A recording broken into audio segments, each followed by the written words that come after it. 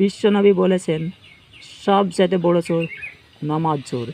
সেই ব্যাপারে বক্তব্য দিলেন মিজানুর রহমান।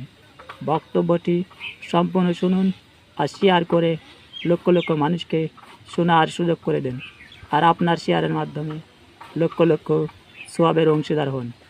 বিশ্বনবী বলেছেন সবচেয়ে বড় চোর নামাজ চোর। আল্লাহু আকবার।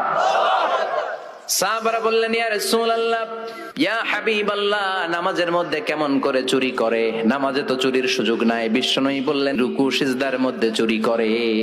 রুকু থেকে সোজা হয়ে দাঁড়ায় না, দুই সিজদার মাঝখানে একটা সিজদা দিয়ে ধীরস্থির ভাবে বসা ওয়াজিব। আল্লাহুম্মা গফিরলি ওয়ারহামনি ওয়াজবুরনি ওয়াআফিনি ওয়ারযুকনি, এই 7টা জিনিস আল্লাহর কাছে চাইবেন। সময়ই নাই আমাদের। সিজদা থেকে কোন রকম মাথা তুইলাই মুরগির মতো আরেক ঠোকর মারে। বিষ্ণু বললেন এগুলো ডাকাত।